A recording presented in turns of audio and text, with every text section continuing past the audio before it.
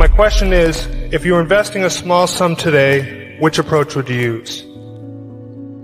Well, I would use the approach that I think I'm using now of trying to search out businesses where I think they're selling at the lowest price relative to the discounted cash they would produce in the future. But if I were working with a small amount of money, the universe would be huge compared to the universe of possible ideas I work with now.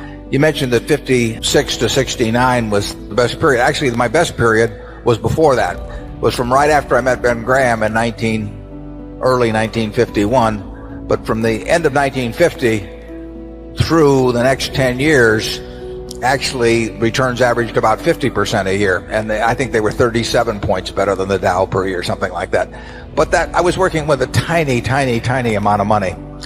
And so I would pour through volumes of businesses, and I would find one or two that I could put $10,000 into or $15,000 into that they were ridiculously cheap. And obviously, as the money increased, the universe of possible ideas started shrinking dramatically.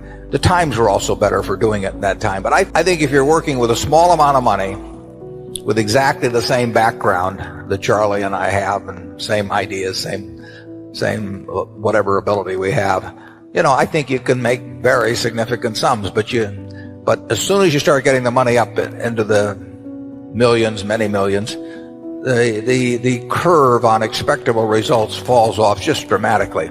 But that's the nature of it. When you get up to things you can put millions of dollars into, you've got a lot of competition looking at that, and they're not looking as I did when I started. When I started, I went through the pages of the manuals page by page. I mean, I probably went through 20,000 pages in the Moody's Industrial, Transportation, Banks, and Finance manuals. And I did it twice. And I actually, looked at every business. I didn't look very hard at some. Well, that's not a practical way to invest tens or hundreds of millions of dollars. So I would say if you're working with a small sum of money and you're really interested in the business and willing to do the work, you will find something. There's no question about it in my mind. You will find some things that promise very large returns compared to what we will be able to deliver with large sums of money. Charlie? Well, yeah, I think that's right. A brilliant man who can't get any money from other people and is working with a very small sum probably should work in very obscure stocks, searching out unusual, mispriced opportunities.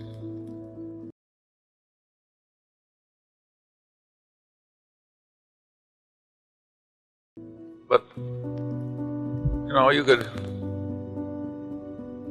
that's such a small world. It may be a way for one person to come up, but it's a long slog. Yeah, most smart people, unfortunately, in Wall Street figure that they can make a lot more money, a lot easier, just by one way or another getting an override on other people's money or delivering services in some way that people. And the monetization of hope and greed, is a way to make a huge amount of money. And right now it's just take hedge funds. I mean, I've had calls from a couple of friends in the last month that don't know anything about investing money. They've been unsuccessful and everything else. And, one of them called me the other day and said, well, I'm forming a small hedge fund, 125 million he was talking about. Like the thought that since it was only 125 million, maybe we ought to put in 10 million or something of the sort. I mean, if you looked at this fellow's Schedule D on his 1040 for the last 20 years, you'd think he ought to be mowing lawns. But he may get his 125 million. I mean, and it's just astounding to me how willing people are during a bull market just to toss money around because they think it's easy. And of course that's what they felt about internet stocks a few years ago. They'll think about something else next year too. But the biggest money made, in Wall Street in recent years has not been made by great performance, but it's been made by great promotion, basically. Charlie, do you have anything? Well, I would state it even more strongly. I think the current scene is obscene. I think there's too much mania. There's too much chasing after easy money. There's too much misleading sales material about investments. There's too much on the television emphasizing speculation in stocks. My question is this. If you were starting out today with $1 million, with a vision of building a business with 20% average growth in value over 40 years, what type of investments and investment strategy would you look to make in the first 5 years? Well, it's somewhat interesting that we formed the first partnership 50 years ago, 2 days ago, Thursday, May 4th, 1956, which was 105,000. That's my sister clapping. She was in the partnership. Charlie and I were starting all over again, and we were in this.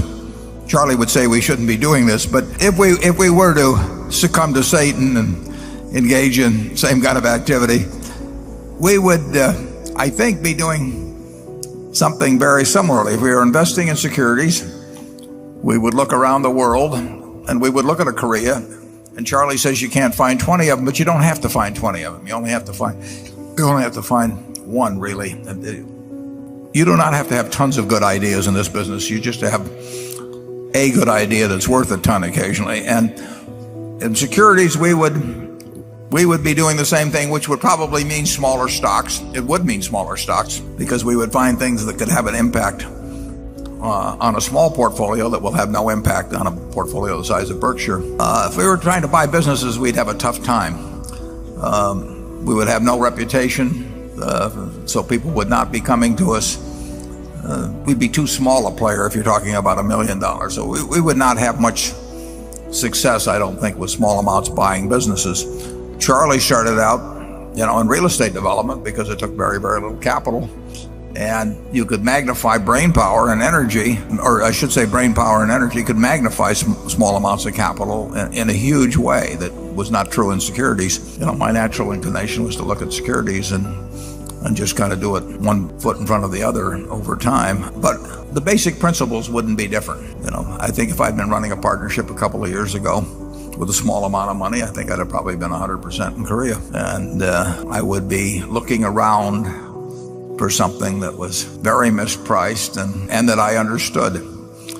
And every now and then that's going to happen. Charlie? Well, I agree with that. The concept that you're likely to find just one thing where it'll make 20% per annum and you just sit back for the next 40 years, that tends to be dreamland. And in the real world, you have to find something that you can understand that's the best you have available. And once you found the best thing, then you measure everything against that because it's your opportunity cost. That's the way small sums of money should be invested. And the trick, of course, is getting enough expertise that your opportunity cost, meaning your default option, which is still pretty good, is very high. So the game hasn't changed at all in terms of its basic arithmetic. That's why modern portfolio theory is so asinine. It really is, folks.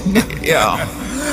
When Warren said he would have been all in one country, that's pretty close to right. He wouldn't have quite done that when he had the partnership, but he would have been way more concentrated than is conventional if you listen to modern portfolio theory. Most people aren't going to find thousands of things that are equally good. They're going to find a few things where one or two of them are way better than anything else they know. And the right way to think about investing is to act thinking about your best opportunity cost. Number 9. By the way, that's in the freshman course in economics everywhere in the basic textbook. It just hasn't made its way into modern portfolio theory.